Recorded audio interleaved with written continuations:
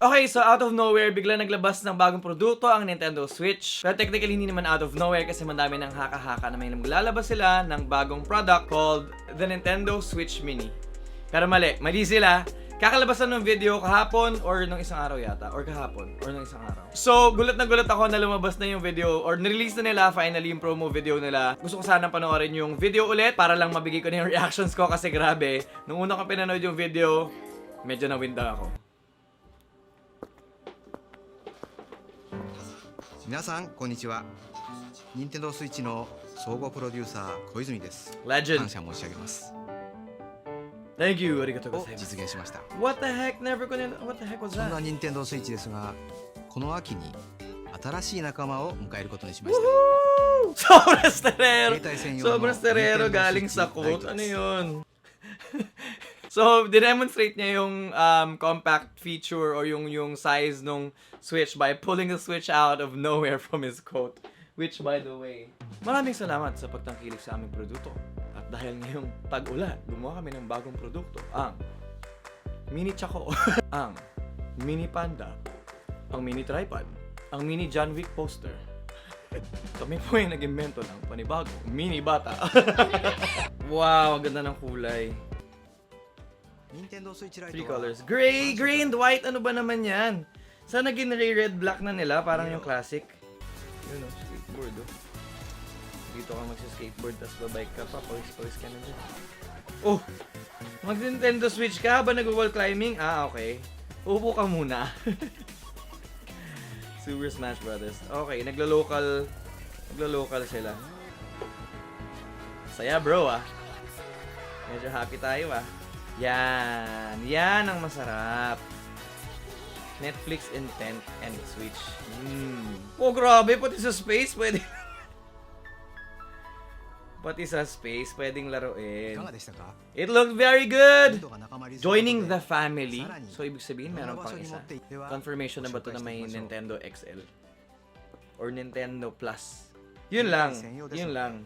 Wala siyang dock. 型にしまし Yun た。 nga. So very ano siya. So PSP, parang 数字ボタン PSP に yung setup 変 niya. 更しています。 Kasama na yung directional buttons, hindi na siya individual buttons. So one whole piece na siya. Whoa, that's nice. モーション IR That's カメラ trippy. や I just really wish na ginawa nila yung gray, black, and red. That would have been really awesome. ジョイコンだけで操作する So ゲーム pwede mo ソフ siyang ト gamitin with 例えば Joy-Cons, ワン pero ツースイ bibili ッ ka チを ng プレイするには bibili ka ng ジ extra. ョイスイッチの Ang ganda. 遊びの Pero 世界 3 colors lang. 新たに選ぶ楽しみが増えます。 For now. 発売予定日はこの通り 9, です oy, birthday na best friend ko yan.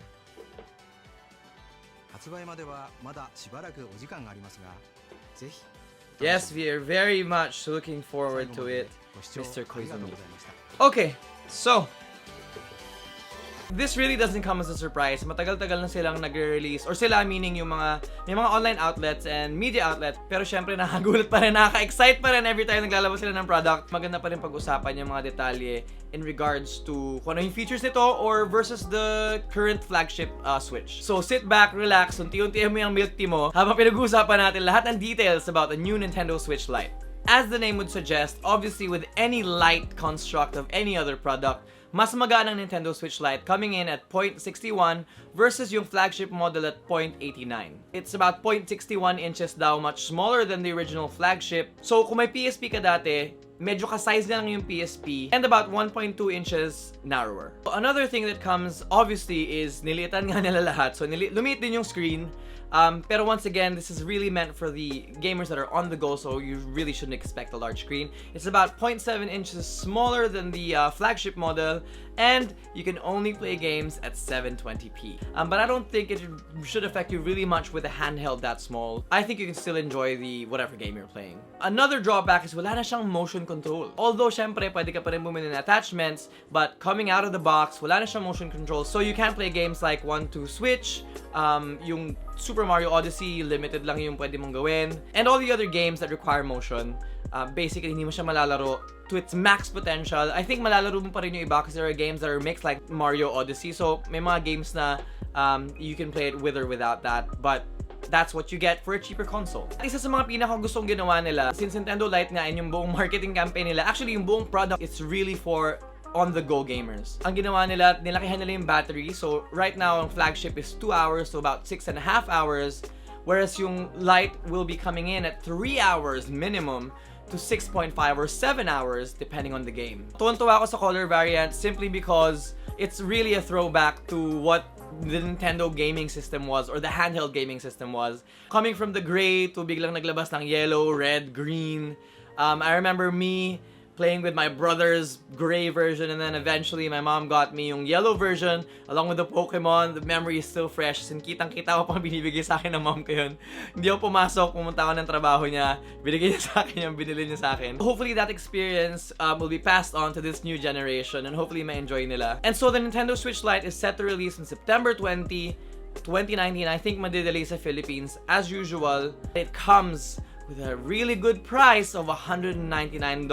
Siguro dito pag nirelease siya, nasa 13 to 14,000 pesos for a Nintendo unit that you could play all the other flagship games with, except for the ones na may motion control, which I really think is truly good for the price. So yun pa lang yung details na nakukuha natin ngayon. As of this moment, hopefully meron pa ako makuhang iba.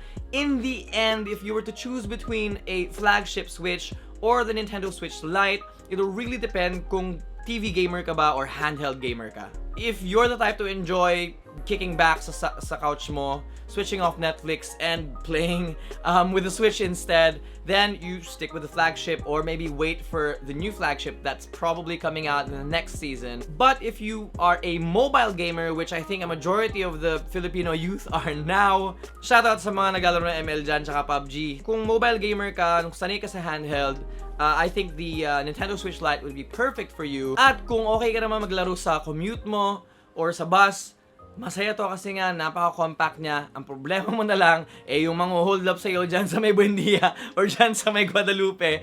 Ingat-ingat na lang. So that's it for today. Hopefully na enjoy niyo yung konting insight ko. Medyo pawis ako kasi wala off yung aircon at ang init ng lights. But hopefully you guys liked it. Before the video ends, I'd like everyone to comment down below kung na-excite ba kayo sa Nintendo Switch or medyo walang point sa inyo. Let's start the discussion. Gusto ko malaman talaga, genuinely, because I know a lot of people that are pretty excited for it already kasi nga gusto nila bumili ng Switch pero hindi nila afford and gusto nila makalaro ng mga quality games. I wanna know kung ano yung opinions nyo. Comment down below. Like and subscribe. Bye.